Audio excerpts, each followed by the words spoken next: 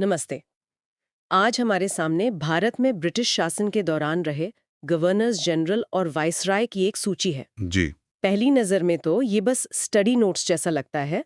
नाम, तारीखें और बड़ी-बड़ी घटनाएं। हाँ, अक्सर लोग इसे ऐसे ही देखते हैं। लेकिन आज हम इसे रटने नहीं बल्कि समझने बैठे हैं। हमारी पड़ताल का मकसद ये जानना है कि इन प्रशासकों के जरिए भारत में ब्रिटिश राज की जो मशीनरी थी वो कैसे खड़ी हुई। बिल्कुल। और कैसे उसने अपना रूप बदला। हाँ, और कैसे इनके ही फैसलों ने अनजाने में उस राष्ट्रवाद को हवा दी जिसने आखिरकार इस राज को उखाड़ फेंका। सही कहा। ये सिर्फ एक लिस्ट नहीं बल्कि एक पूरी कहानी है। कहानी एक व्यापारी कंपनी के दुनिया के सबसे बड़े साम्राज्यों में से एक बनने की। हर गवर्नर जनरल इस कहानी का कह सकते हैं एक नया अध्याय है। जो अपने साथ एक नई सोच, एक नई रणनीति लेकर आया। हाँ, कुछ ने तलवार से साम्राज्य बढ़ाया तो कुछ ने कानून और संधियों के जाल से। तो चलिए इस कहानी के पहले आर्किटेक्ट वॉरेन हेस्टिंग्स से शुरू करते हैं। तो पहला बड़ा नाम है वॉरेन हेस्टिंग्स, 1772 से 1785। रॉबर्ट क्लाइव ने जो दोहरी शासन की एक अजीब सी व्यवस्था छोड़ी थी, उसे खत्म करने का काम इन्हें मिला। जी। इन्हें बंगाल का पहला गवर्नर जनरल बनाया गया। लेकिन मेरा सवाल ये है कि क्या ये सिर्फ एक पदवी का बदलाव था या इससे कुछ बड़ा हो रहा था? नहीं, ये बहुत बड़ा बदलाव था। देखिए, हेस्टिंग्स का काम सिर्फ व्यापार देखना नहीं था। अब उन्हें एक सरकार चलानी थी। अच्छा। उन्होंने पहली बार कलेक्टर का पद बनाया, जिनका काम था जमीन का लगान वसूलना।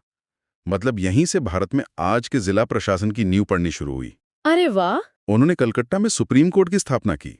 मतलब आप सोचिए, एक कंपनी अब कानून और व्यवस्था का पूरा ढांचा खड़ा कर रही थी। लेकिन उनका दौर काफी उथल-पुथल वाला भी रहा है ना? बहुत ज्यादा। पहला आंग्ल मराठा युद्ध, मैसूर से लड़ाई और बनारस के राजा चैत सिंह से उनका विवाद, इन सब ने उनकी छवि एक बेहद ताकतवर लेकिन विवादित प्रशासक की बना दी। इतना विवादित कि जब वो इंग्लैंड वापस गए तो उन पर महाभियोग यानी इम्पीचमेंट चलाया गया। ये अपने आप में एक बहुत बड़ी बात थी। हाँ, और वो मुकदमा सालों तक चला। हालांकि वो बरी हो गए, लेकिन इससे ये साफ हो गया था कि कंपनी के अधिकारी भारत में अब अपनी मनमानी नहीं कर सकते। उन्हें ब्रिटिश संसद को जवाब देना होगा। बिल्कुल। एक दिलचस्प बात यह भी है कि हेस्टिंग्स भारतीय संस्कृति में गहरी रुचि रखते थे।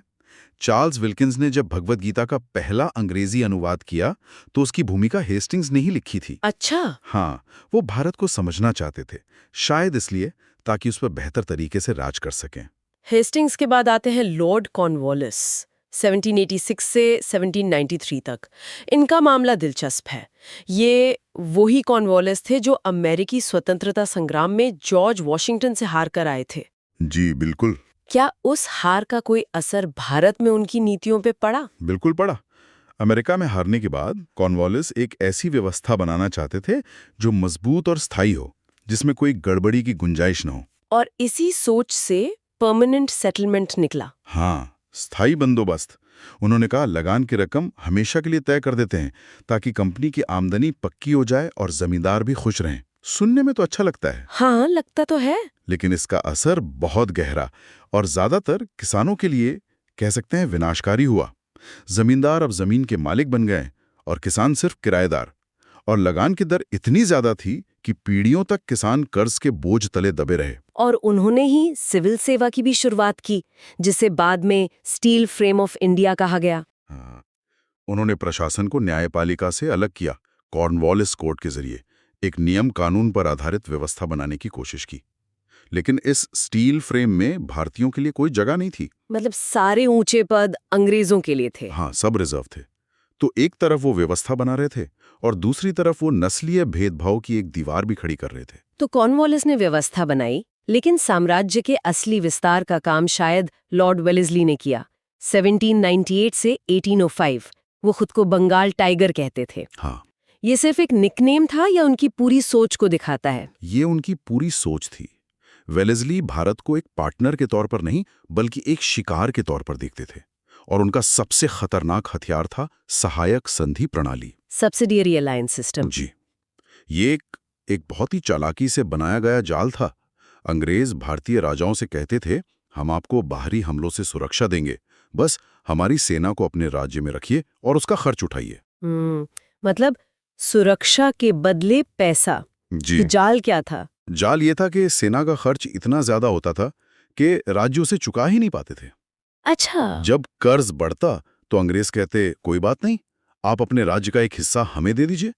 धीरे धीरे राज्य अपनी ही सुरक्षा के लिए अंग्रेजों के कर्जदार हो गए और अपनी विदेश नीति और आजादी दोनों गंवा बैठे। और इसमें कौन कौन से राज्य फंसे? हैदराबाद के निजाम सबसे पहले फंसे, फिर मैसूर, अवध, एक एक करके लगभग सभी बड़ी रियासतें अंग्रेजों के अधीन हो गईं, और वो भी बिना कोई बड़ी लड़ाई लड़े। अरे वाह, मतलब ये एक तरह की फाइनेंशियल वॉरफेयर थी। बिल्कुल। तो एक तरफ कानून और दूसरी तरफ ऐसी चालाक सिंधियां। अब हम उस दौर में पहुंच रहे हैं जहां सुधारों की बातें होने लगीं। यहां लॉर्ड विलियम बेंटिक का नाम सबसे ऊपर आता है, 1828 से 1835 तक। जी, भारत के पहले गवर्नर जनरल। हाँ, सती प्रथा पर रोक, ठगी का अंत। क्या अंग्रेज अचानक भारत का भला करने के बारे में सोचने लगे थे? देखिए, इसे भला करने से ज्यादा सभ्य बनाने के मिशन के तौर पर देखा गया। बेंटिंक और उस दौर के कई अंग्रेज मानते थे कि भारतीय समाज पिछड़ा हुआ है और उसे सुधारना उनका एक नैतिक कर्तव्य है। और इसमें राजा राममोहन रॉय जैसे भारतीय सुधारकों का भी योगदान था। बिल्कुल, उन्होंने सती प्रथा जैसी कुरीतियों के खिलाफ आवाज उठाई और बेंटिंक ने उन्हें सरकारी समर्थन दिया। लेकिन इसी दौर में मैकॉले की शिक्षा नीति भी आई। हाँ, जिसने अंग्रेजी को शिक्षा का माध्यम बना दिया। जी, और उसका मकसद था ऐसे भारतीय तैयार करना जो रंग और खून से भारतीय हों पर सोच और पसंद से अंग्रेज। तो सुधारों के पीछे भी एक साम्राज्यवादी सोच काम कर रही थी। बेंटिंक के सुधारों के बाद आते हैं लॉर्ड डलहौजी, 1848 से 1856। इनका कार्यकाल तो विरोधाभासों से भरा है। हाँ बिल्कुल। एक तरफ भारत की पहली ट्रेन, टेलीग्राफ लाइन, डाक व्यवस्था, और दूसरी तरफ व्यापगत का सिद्धांत या डॉक्ट्रिन ऑफ लैप्स जैसी हड़प नीति। इसे कैसे समझें? डलहौजी एक आधुनिक साम्राज्यवादी थे। उनका मानना था कि भारत की भलाई इसी में है कि ज्यादा से ज्यादा इलाका सीधे ब्रिटिश शासन के अधीन आ जाए। और रेलवे, टेलीग्राफ, वो सब भारत को आधुनिक बनाने के लिए नहीं, बल्कि प्रशासन और सेना को देश के कोने कोने तक तेजी से पहुंचाने के लिए थे। और उनकी डॉक्ट्रिन ऑफ लैप्स नीति वो तो साम्राज्य के विस्तार का सबसे बेशर्म तरीका था। नियम बहुत सीधा था ना, अगर किसी राजा का अपना बेटा नहीं है तो उसका राज्य कंपनी का हो जाएगा। हाँ, गोद लिए हुए बेटे को मान्यता नहीं मिलेगी।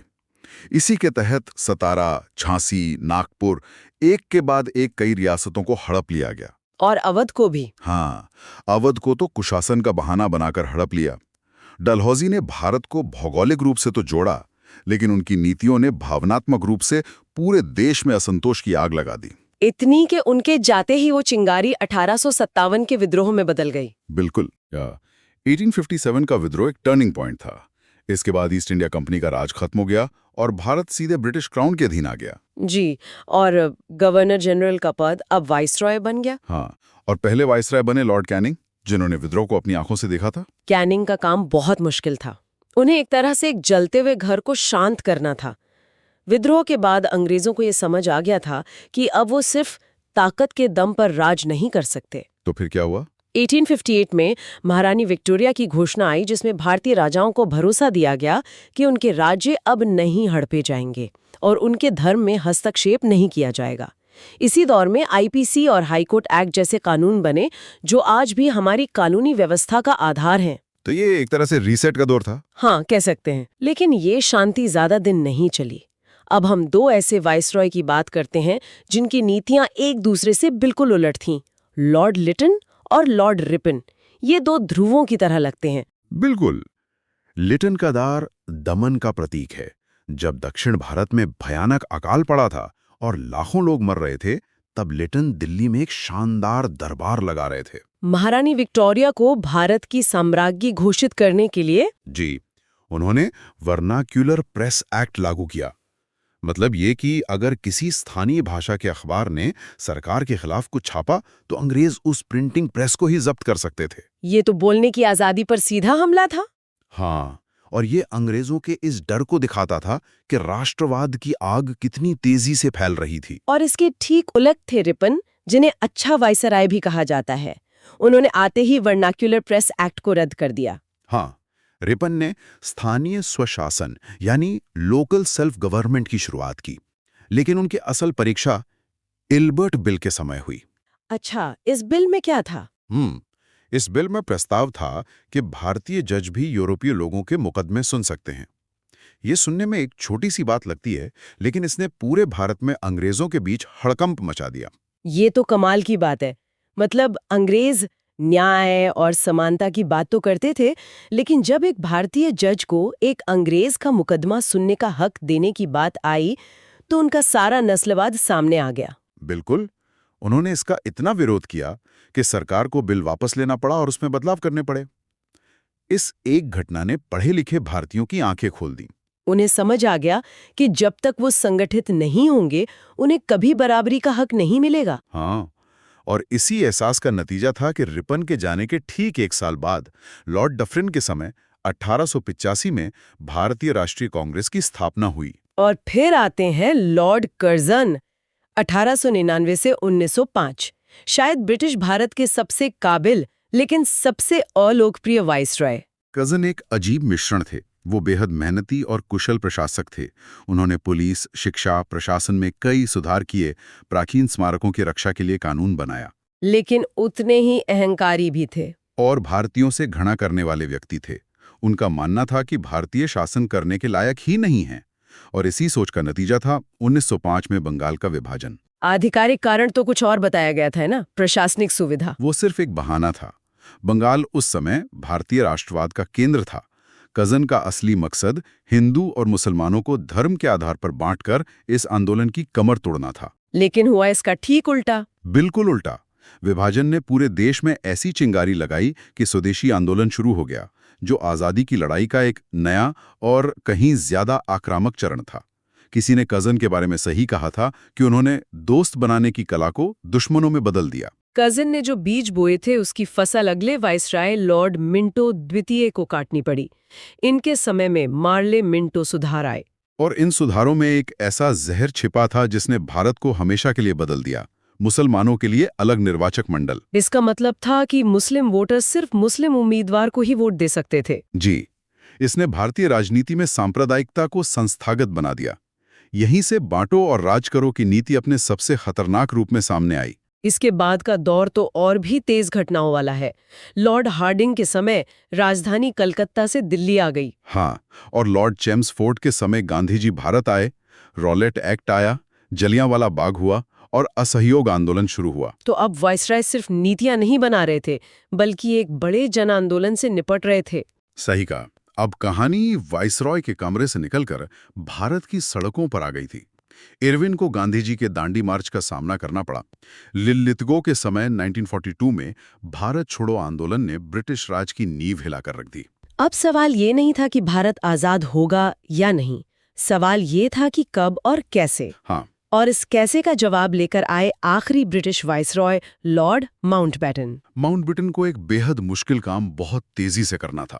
उन्होंने आकर देखा कि कांग्रेस और मुस्लिम लीग के बीच कोई समझौता नामुमकिन है और देश दंगों की आग में जल रहा है। तब उन्होंने 3 जून 1947 को भारत के विभाजन की योजना पेश की। जी, 15 अगस्त 1947 को भारत आजाद हुआ, लेकिन एक बड़ी कीमत चुकाकर।